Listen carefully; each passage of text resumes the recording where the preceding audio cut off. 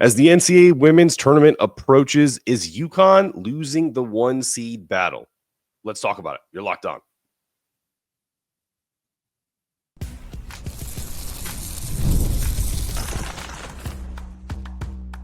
You are Locked On UConn, your daily podcast on the UConn Huskies, part of the Locked On Podcast Network, your team every day.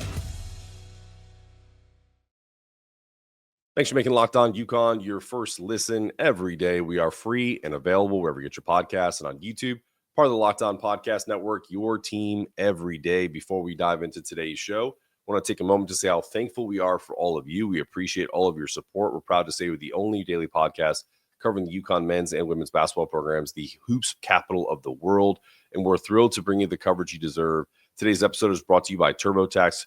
Ready for stress-free taxes and the most money back guaranteed? Head over to TurboTax.com today and get matched with your expert today. All right. It was a special treat this morning. I've had Colleen help us out behind the scenes for almost a few months now. And she's probably got it down to the exact day. So I'll ask her when she comes on the show.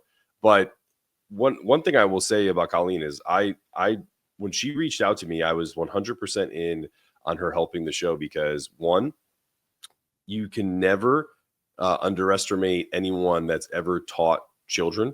And so I always appreciate that because I've done it before, not in an educator setting, but she gave us a really great insight into the Big East tournament this past weekend. We're going to talk about that with her. And she is a lifelong UConn fan. Let's bring her to the program. She is a contributor to the Hoops Capital of the World, the Substack. Colleen, how are you? Let's unmute you. All right. So the question I asked in the cold open is a simple one, right?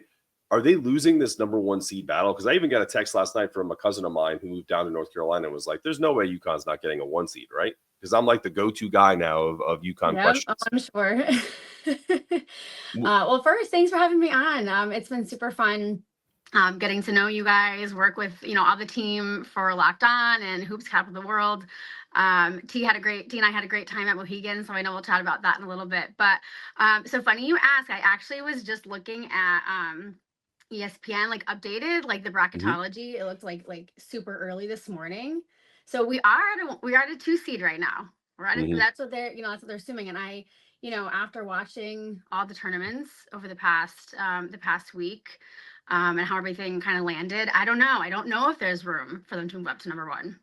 Do you think it's more just about the Big East, getting two teams eventually? It's just them and Creighton. It's as T likes to call it, it's the UConn Invitational, and it's unfortunate because Creighton's a really good team. If Creighton's in the even if they're in the SEC, maybe they get more love because there's just so many good teams in there, right?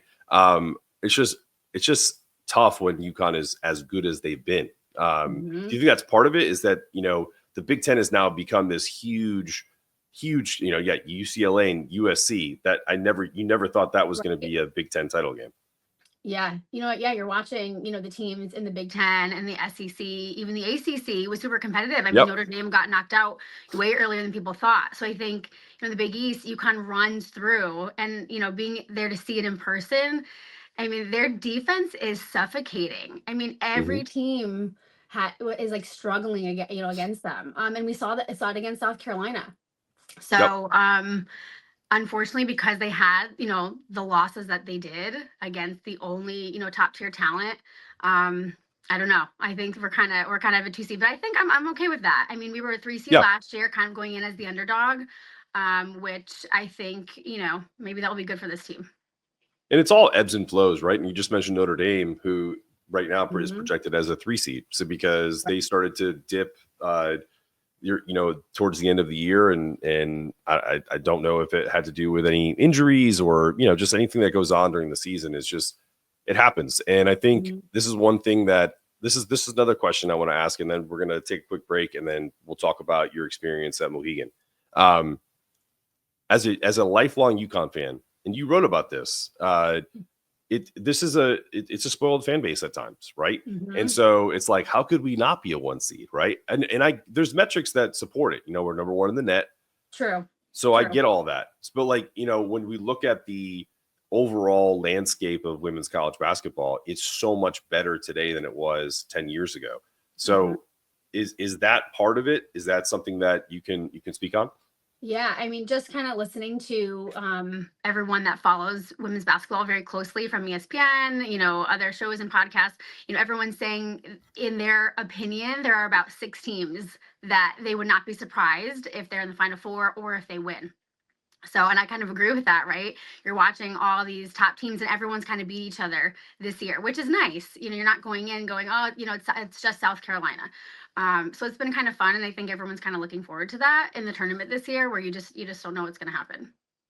Actually, there's 8 teams. Who do you think is, who are your, like, if you were to say those 6 or even more, who do you think has a legitimate shot and maybe like a dark horse to potentially win a national championship? Yeah, I mean it's the USC, it's UCLA, it's South Carolina, Texas, UConn, right? Those are, I feel like a lot of people are saying like those are the 5-1 seeds, right? And then obviously Notre Dame's up there, even though they've been losing, they've been super successful this season.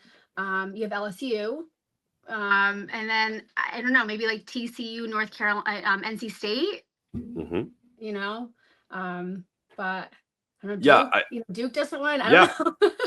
Yeah, I was about to say, I think the ACC being stronger than what people thought is kind of what is like the wrench in the system for UConn being that last 1 seed, because now that loss to Notre Dame looks worse, than it did earlier in the year. I mean, you lose to the number 1 team in the country, it's like, oh, it's not that bad. But if you lose to the team that's now I think they're like 12th or 13th or whatever, so that's always a tough thing as the season goes on. But yeah, I agree with you. Those 5, I'm joking around calling them the 5-1 seeds. And then you have I'll throw Notre Dame in the mix because they just have so much firepower if they can get it all together.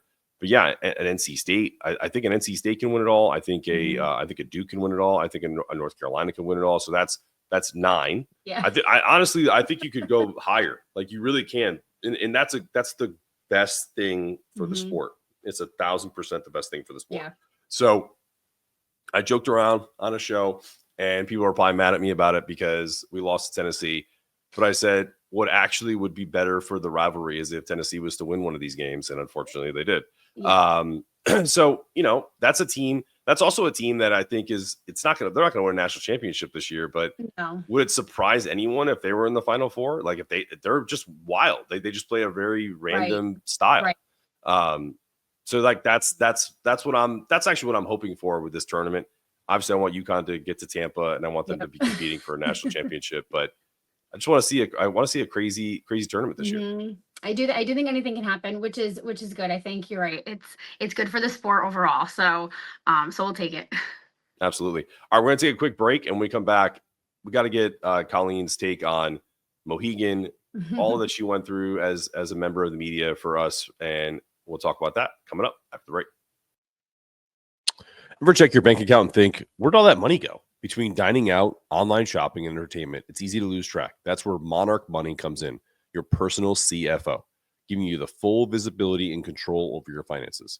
Monarch Money isn't just about another budgeting app. It's a complete financial command center. Track all of your accounts, investments, and spending all in one place, so you can just stop managing money and start building wealth. I started using Monarch and was shocked at how much I was spending on food delivery. Now I budget smarter and actually save more. Plus, no more juggling apps. Monarch keeps everything in one place. And if you manage finances with a partner, Monarch makes it easy and seamless, letting you track shared personal accounts, set goals, and stay on the same page without the stress. Take the control of your finances today. Use the code LOCKEDONCollege at monarchmoney.com for 50% off your first year. That's monarchmoney.com, code LOCKEDONCollege for half off your first year.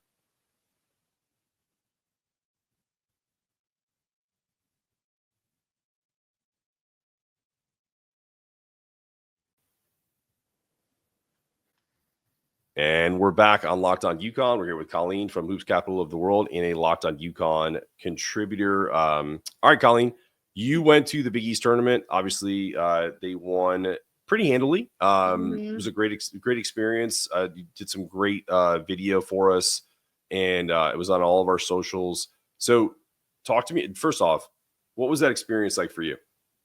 It was super cool. I got to shout out T Baker again. He was, he's done this before, so I kind of just like latched onto him, and he was kind of showing me the ropes. I was able to meet Maggie Vanoni and Emily Adams, who consistently cover the UConn team, which is great. Mm-hmm. I was able to talk to Chelsea Sherrod, who has obviously covered UConn for SNY. So it was a super cool experience. Just like getting to be, down on the floor and like up close and see the team. So I got to, get down to get some content like on the floor. We were seated up a little bit higher, like during the Mm-hmm. game. Which was great, but super cool. The fans were great. Monday especially, it was, it was definitely full in there on Monday. Super loud. Everyone was excited, and they come out and they're going on an 11-0 run, like right from the get-go, and you're like, okay, well now we know how this is gonna go. Mm-hmm. But yeah, the team look ready. They look different. I've been to a few regular season games this year. It's just a different like tone, I feel like, that they have right now. Okay. Well, talk to me about like each day. Like for example, like when you like, what was it like? Because for people, if people are listening to this, because not everyone. I mean, I love all of our Connecticut listeners. It's the majority of them, but not everyone knows what Mohegan Sun is. It's a casino. It's different, right? Like if this was being played in Excel Center, it's just an arena you go into. This is a little different. Like you it's like a whole experience. Yeah. Yeah, it's a whole experience. And actually on Monday, they did a really cool thing. I wasn't able to get there in time, but they had a send off. I don't know if you saw on social media from the team from like Michael Jordan Steakhouse. Yep. And there was a ton of people. I know Gino mentioned a little bit in the press conference on Monday that it's like a mania. Like these athletes cannot even walk around the casino anymore, which they were able to do like in years past. He said there's just so many people there to see them. They love this team. So yeah, I mean, Saturday you get in there again, like the crowd wasn't as big on Saturday. But getting to kind of walk around the casino, get in down on the floor, meet everybody. Everyone's kind of set up. They have the photographers, seeing where like the TV, the cameras and everything are, which is really cool to see up close in person. And then just, kind of getting to enjoy the game a little bit as I was there. So I didn't ask you this question, so it's not really out of left field. Did you ask any questions to the players? I did not. It's okay. I was just kind of being a viewer. I was like learning. Yeah, I got you. Yep, I sat with T, and he was writing a piece on Villanova, so he's asking his questions. So trying to take it all in. If I ever get to go back, I'm gonna go prepared. No, you're gonna go back. Don't worry. That's cool. Yeah. If like there was infinite time, what's like one question you'd ask? Like it's we look at the last game. They beat Creighton 70-50. Mm-hmm. Start great 27-11, and after the first quarter, and then kind of just like a slow, steady for the rest of the way to kind of push it to 20 to win it. Like what would be the question you'd ask? Even someone like Paige, or someone like Jana, who's in her first year, like some, just give me like an example. Like what would you have said or mentioned in that scenario? I kind of thought about it, and it was for me, it's one asking like Paige or Gino, like how at this time of the year, right, the pressure is so high on all these players. Like how do they continue to like stay focused, and they come out with a sense of like calm, sense of purpose during the game. Like how are they able to handle that when they know the lights are on, everyone's watching, and anything they do is analyzed to like the the nth degree. So just like how do they kind of handle all that pressure this time of year, because it starts now and it just kind of it kind of builds. For sure, that'd be a great question. And I'm sure Gino would give you the best answer. When we interviewed Jeremy Schaap on Monday, the funniest thing we talked about was how crazy it is that I cover, in essence, you cover two of the most dynamic coaches in terms of press conferences, in terms of sound bites, in terms of commanding a room. Talk about that. What is it like listening to Gino? Because for me, I was taken back by his ability to look at every single person in the eye when they ask him a question and answer it the same way. And then on top of it, his ability to kind of just be his authentic self to the ninth degree. Yeah. And it's funny because, like I said, like, you watch this team for so many years. I've been watching since I was a young kid. Yeah. So it's like you feel like Gino. Sure. But he has like so much experience, so much wisdom, and I love that when he answers questions, it's not just like a 1 or 2 word answer.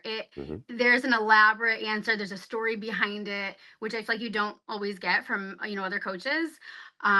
Which I think is nice. So like on Monday night, there was a lot more people in the press conference. It went a little bit longer, but he always answers every question, and there's always a story to go with it, which is nice. Absolutely. I couldn't agree more. All right, we're going to take another quick short break, and when we return, I want to ask Colleen about, are there any red flags that you saw from this team as we head into the tournament, or are we smooth sailing as we await our seed and where we're going to be going in the NCAA tournament? We'll be talking about all of that coming up after this. This is a message from our sponsor, Intuit TurboTax. Taxes used to be about waiting, wondering, and worrying if you'd get any money back. Now taxes is matched with the TurboTax expert who can do your taxes as soon as today. An expert who gives you your taxes, their undivided attention, working on your return, while you get real-time updates so you can focus on your day. An expert who finds every deduction possible, files every form, every investment, everything with 100% accuracy. All so you could get the most money back guaranteed. No waiting, no wondering, no worries. Now, this is taxes. Get an expert now at TurboTax.com. Only available with TurboTax Live full service. Real-time updates available only in the iOS mobile app. See guarantee details at TurboTax.com/guarantees.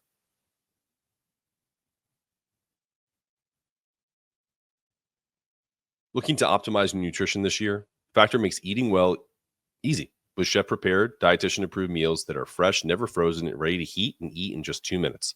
With 40 options across 8 dietary preferences, every week you can customize your meals to fit your lifestyle, whether it's Calorie Smart, Protein Plus, or Keto. Plus, every Factor offer wholesome smoothies, breakfast, and grab-to-go snacks to keep you fueled all day long. I love how Factor takes the stress out of meal planning. I recently tried the Protein Plus meals, and they were packed with flavor and kept me full throughout the day. The convenience is unbeatable. No prep, no mess, just great food in minutes. Eat smart with Factor. Get started at factormeals.com/lockedoncollege, $50 off, and use the code LOCKEDONCOLLEGE50 to get 50% off your first box plus free shipping. That's code LOCKEDONCOLLEGE50 at factormeals.com/lockedoncollege50 to get 50% off plus free shipping on your first box.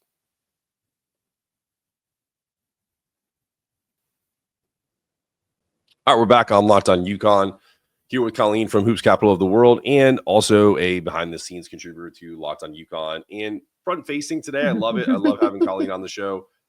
She just kind of went to the Big East tournament at Mohegan. If you're unfamiliar with Mohegan Sun, it's a casino in the woods in Connecticut. I used to frequent it quite often when I lived there. It's a good spot. Yeah, I mean, listen. It looks like they, from afar, not being there live, it looked like they played great. It looked like the defense again was suffocating. Is there anything that you feel like is a red flag heading into this tournament? Something that maybe is like just something that's bothered you all year? Nothing like specific, or just maybe something general that you think is a potential to trip them up? I mean, they definitely seem like they're playing their best basketball overall right now. So I think this question, maybe a month or two ago, you would have been able to find more things. Even I think Gino in the press conference, he seemed pretty confident, like overall in their ability. I do think, when you have Paige and Sarah and AZ, those are your 3 primary scorers, right? I think if one of them is having an off night, I think that would be a little concerning because that's where you're getting the majority of your points from. But with that being said, I think the stat was like Paige had 67 points or something over, the course of the tournament, right? She was a beast.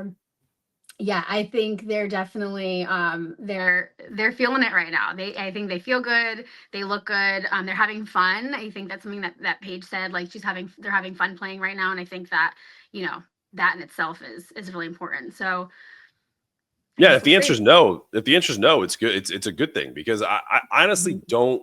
I think you're right. I think there's really not I wouldn't even, maybe a yellow flag if you want, like, Right. but nothing crazy, like, because Mm-hmm. I've said this with Bella, like when we've done shows together, where it's like I just love the ability for this team to kind of turn it on defensively. It's just one of those things. Having Sarah Strong in the final give you 35 minutes, not Mm-hmm. give you crazy points, but give you 11 rebounds, 6 steals, and 3 blocks, like Yep. 4 assists. She's so good. It's stupid. Like, it's not Yes. it's not even about the amount of points she scores. It's what she affects. And so to me, Yep. it just allows it kind of just lets Paige breathe a little bit. You know what I mean? Mm-hmm. And so Mm-hmm. if you're getting a big game and you get in 38 minutes from this is final 4 minutes, right? You have Paige with 38 minutes, AZ 37, and Sarah with 35. We're Yep. cool. I'm good with that. And then, that's the beauty of this team. And Mm-hmm. the bench is playing well.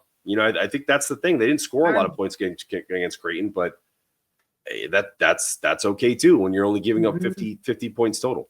Right. Yeah, you watch them, like Ashlyn. I don't think she had any points on Monday, but she was everywhere on the floor. I mean, she's grabbing rebounds, she's getting jump balls, she's, that. And I think he's yesterday on the show. I think John Gwynn said it's like those little things that matter, right? In those games, it's maybe not like who's better, but it's like those little things, like the effort needs to be there. And I think, again, like just seeing them in person, I'm like, yeah, I think they're ready. I think we're ready for No, March. I totally agree. One of the things that I really loved about this team is, like, essentially it's almost felt like they just, like, defensively they flipped a switch. After the Tennessee game, it just felt like, all right, we're not messing around anymore. Right. And I think that's one of the reasons why I listened to Gino's press conference that you were there, where he feels great about the team going into the NCAA tournament. So if they are a 2 seed, and you said that ESPN has them as in the Texas bracket, Yep. do you prefer that, or do you think that they would be better suited against? Well, first off, it's not even more of a question, more of a statement.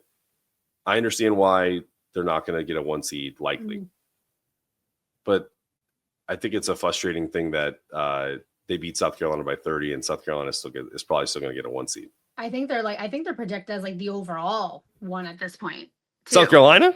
Yep. Get out of here. Yep. I think so. It says bracket watch, top overall seed, South Carolina. That's what Wow. it's saying right now. So yeah. No. That's interesting. Yeah, I think because I don't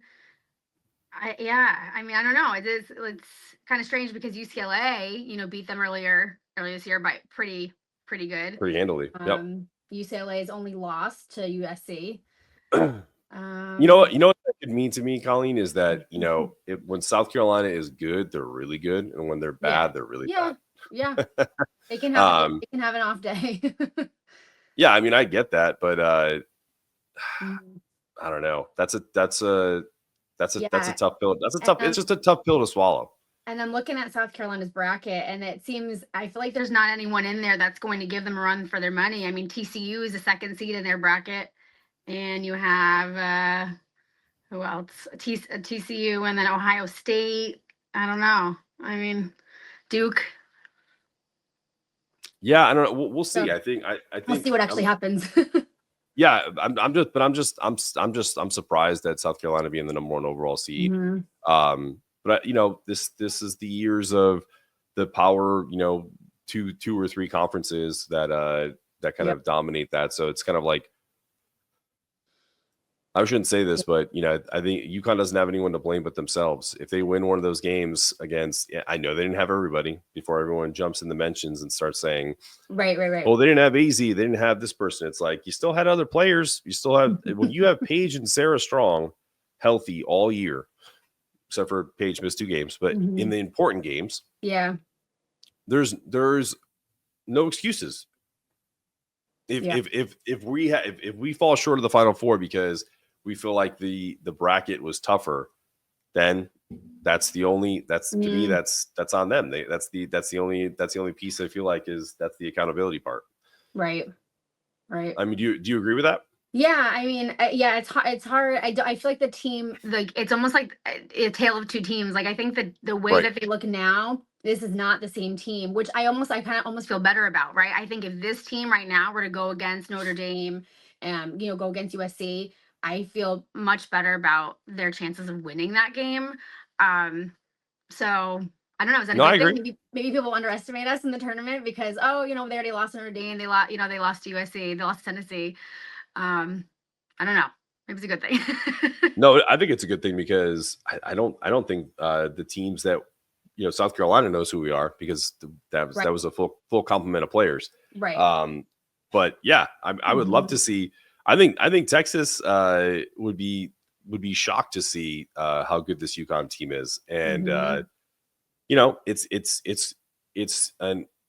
is an SEC team by itself in the Big East. Right.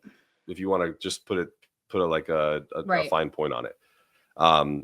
But I am super excited about, what you've done for us. I'm super excited about what you're doing in general for us behind the scenes and helping us keep growing the Locked On UConn brand.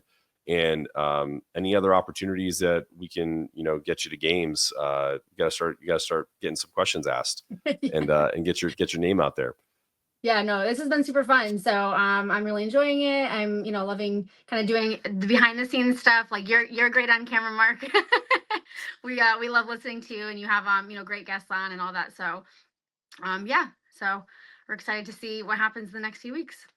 All right. Well, listen, you've now been added to the guest list of people that can come on the show. So really appreciate you doing this, coming on and letting people know about your experience at the Big East tournament.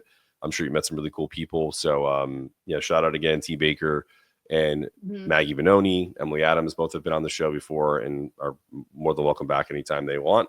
And so listen, this has been another episode of Locked On UConn. For Colleen, I'm Mark Snetto, asking you guys to stay locked in. And remember, it's not about getting it done. It's about doing it in a way that can't be done any better. That's our goal every day. And as always, go Huskies.